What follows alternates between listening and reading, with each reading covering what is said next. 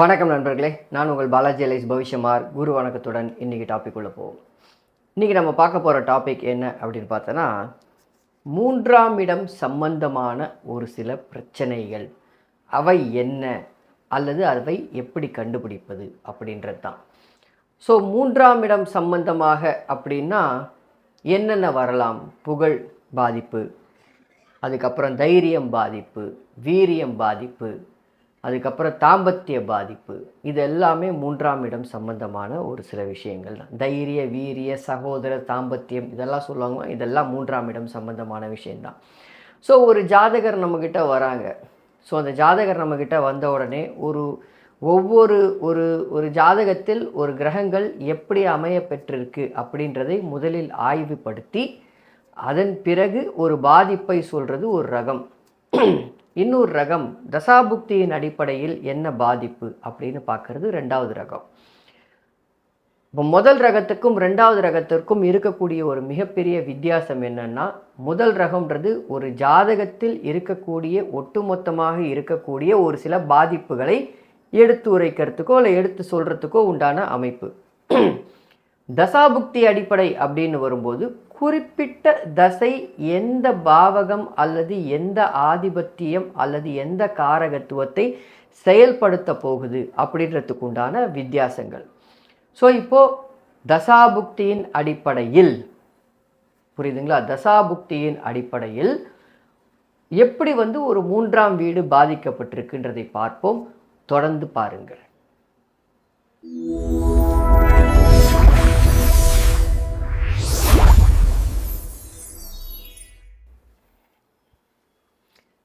இந்த ஜாதகர் ஒரு ஆண். இந்த ஜாதகருடைய ஊர் குறிப்பிடவில்லை. அதனால் ஒரு டியூ டு ப்ரைவசி காரணத்தினால ஊர் குறிப்பிடவில்லை. 24/8/1995 பிறந்திருக்கார். மிதுன லக்னம், கடக ராசி, 3ஆம் இடத்துல புதன், சுக்கிரன் மற்றும் சூரியன், 4ஆம் இடத்துல செவ்வாய் 26 டிகிரியில் இருப்பார். ராகு 5 டிகிரியில் இருப்பார். அதாவது என்னென்னா செவ்வாயும் ராகுவும் அந்த இடத்துல சேர்க்கைன்னு சொல்கிறதுக்காக. அதுக்கப்புறம் 6ஆம் இடத்துல குரு, 9ஆம் இடத்துல சனி மற்றும் 11ஆம் இடத்துல கேது. நடப்பு தசை பார்த்தீங்கன்னா கேது தசை நடந்துட்டுருக்கு. கேது தசையில் செவ்வாய் புக்தியை கடந்து கேது தசையில் தற்சமயம் ராகு புக்தியில் இப்போ கிட்டத்தட்ட போன வருஷம் 11ஆம் மாதத்துலேருந்து ராகு புக்தி நடந்துட்டுருக்கு. ஸோ ஒரு கன்சல்டிங்க்கு வரும்பொழுது ஒரு பலனை எப்படி நம்ம கண்டுபிடிக்கிறோம் சொல்கிறோம் அப்படின்னு பார்த்தீங்கன்னா, இப்போது இவர் வந்த உடனேயே ராகு புக்தி நடந்துட்டுருக்கு.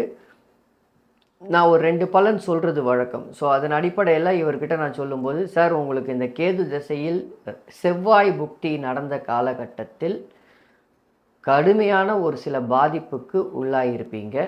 மற்றும் தற்சமயம் நடப்பது ராகு புக்தி. கேது தசையில் ராகு புக்தி நடந்துக்கிட்டு இருக்கு. இந்த ராகு புக்தி உங்களுக்கு ஆண்மை குறைபாடுகளை போல் செய்யும்.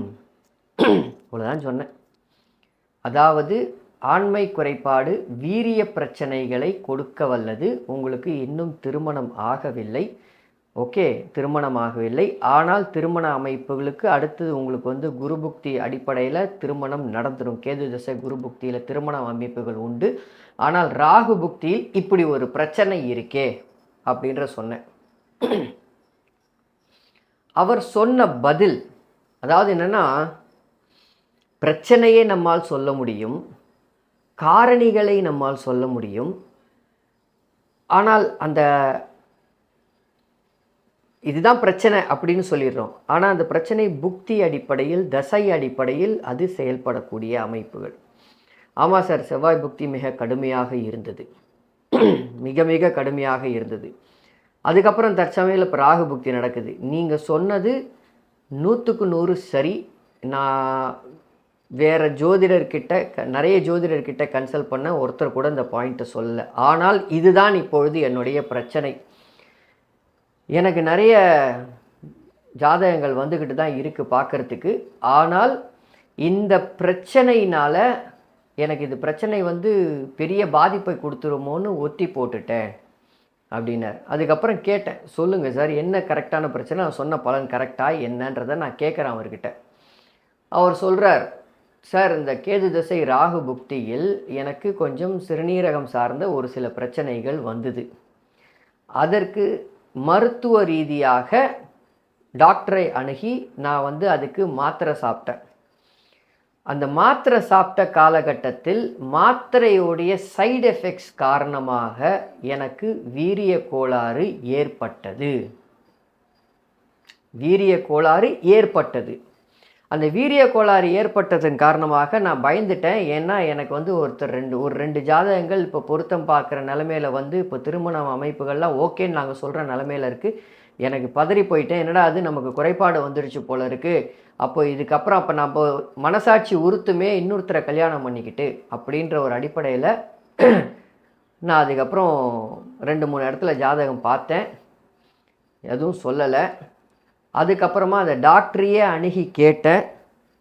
அதுக்கப்புறம் இந்த மாத்திரையோடைய சைடு எஃபெக்ட்ஸ் தான், இந்த மாத்திரையை நிறுத்திட்டா உங்களுக்கு சரியாயிடும் அப்படின்ற மாதிரி சொன்னார். நானும் மாத்திரையை நிறுத்தினேன். இப்போது ஓரளவுக்கு நார்மல்சி வந்துருச்சு சார்.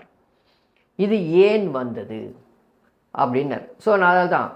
சொன்ன பலன் ரைட்டு, தசாபுக்திகளின் அடிப்படையில் சொன்ன பலன் ரைட்டு. அது என்ன செய்யணுமோ அதை தான் செஞ்சுருக்கு. அந்த குறிப்பிட்ட ஒரு கால நேரம் அவருக்கு வீரிய குறைபாடுகள் ஆகணுன்றது விதி. அதாவது இந்த ராகு புக்தியில் ஆகணுன்றது விதி. அதை கொடுத்து விட்டு அதுக்குண்டான நிவர்த்திகளையும் சேர்த்து செய்யுது. ஏன் கொடுத்தோம் அப்படின்னு ஆராய வச்சு, ஏன்னா ராகு இல்லையா, கொஞ்சம் ஆராய்ச்சி தன்மை ஜாஸ்தி. ஆராய வச்சு மாத்திரை மருந்துனாலையா, ஏன்னா ராகு கொஞ்சம் மாத்திரை மருந்து இதுக்கெல்லாம் சொந்தக்காரர். ஆராய வச்சு ஆஹா இப்படிதான்னு கண்டுபிடிச்சி அதுக்கப்புறம் அதுலேருந்து மீண்டு அபாடா அப்படின்ற ஒரு நிலைமை அவருக்கு ஏற்பட்டது. இதுதான் அந்த ஸ்டோரி.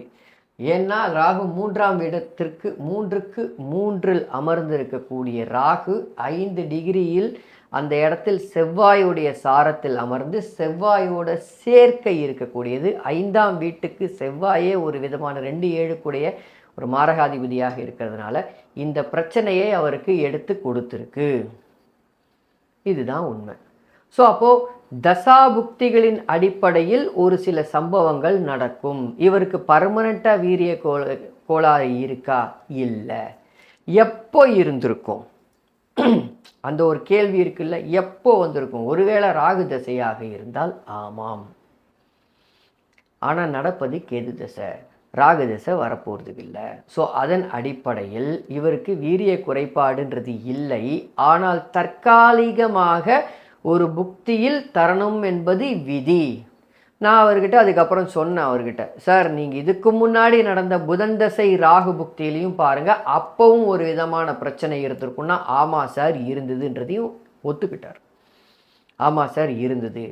அப்போது ஒரு ஜாதகத்தை நம்ம அலசும் பொழுது எந்த ஒரு அடிப்படையில் நம்ம அலசுறோன்றது இருக்குது. ஒருத்தர் நம்மக்கிட்ட ஜாதகம் பார்க்க வராங்க, அவங்களுடைய மென்டாலிட்டி எதுக்காக நம்ம ஜாதகம் பார்க்க வரோம் அப்படின்றது ஒன்று இருக்குது இல்லையா. ஐயோ சார் இப்போ ஒரு ஜாதகம் போய் என்கிட்ட வந்தாங்கன்னா ஒரு 2 பலன் சொல்லுவேன். அந்த 2 பலன்லேயே அது கரண்ட்டு பலனாக இருக்கக்கூடிய அமைப்புகள் ஒரு 60 to 70% அமையுது. ஒரு பலன் சொல்கிறேன், ஆமாம் சார் இதுக்கு தான் நான் வந்தேன் அப்படின்னு சொல்லக்கூடியவங்களும் இருக்காங்க.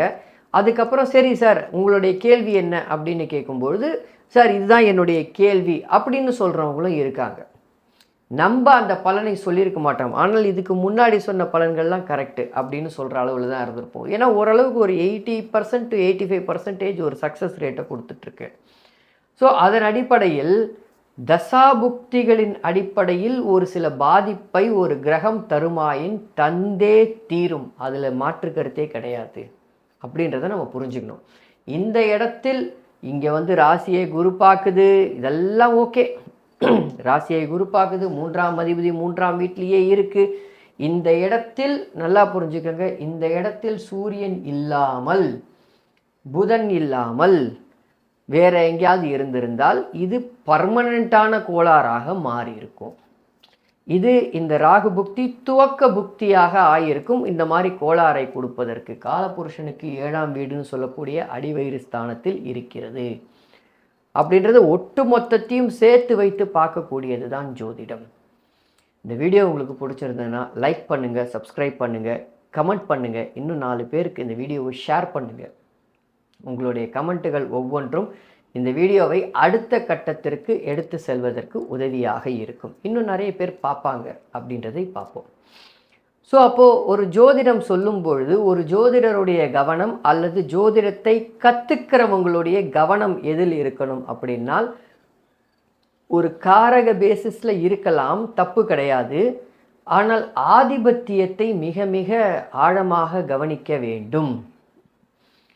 ஆதிபத்தியமே முதன்மையானது. காரகத்துவம்ன்றது செயல்.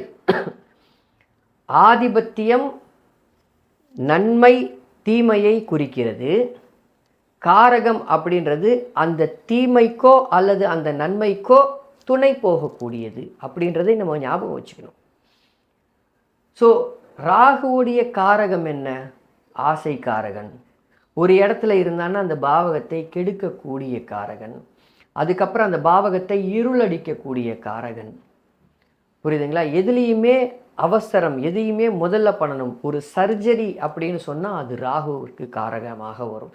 செவ்வாயுடன் சேர்ந்த ராகு ஒரு சர்ஜரியை கொடுக்கறதற்கு காரணமாக வரும். செவ்வாயுடன் சேர்ந்த ராகு ஒரு மருத்துவம், மாத்திரை சாப்பிட்றதுக்கு ஒரு காரகனாக வரும். ஸோ அப்போது ஆதிபத்தியம் என்ன?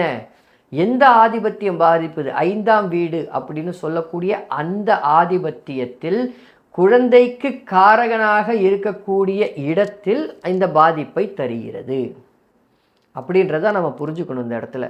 ஸோ இந்த மாதிரி ஒரு சில விஷயங்கள் நமக்கே பிரமிப்பாக இருக்கும் பார்க்கும் பொழுது, ஒரு சில ஜாதகங்களை பார்க்கும் பொழுது. இதே மாதிரி அடுத்தடுத்த ஜாதகங்களை உங்களுக்கு மேற்கொண்டு எடுத்து வைக்கிறேன். அடுத்த பதிவில் பார்ப்போம். நன்றி நண்பர்களே.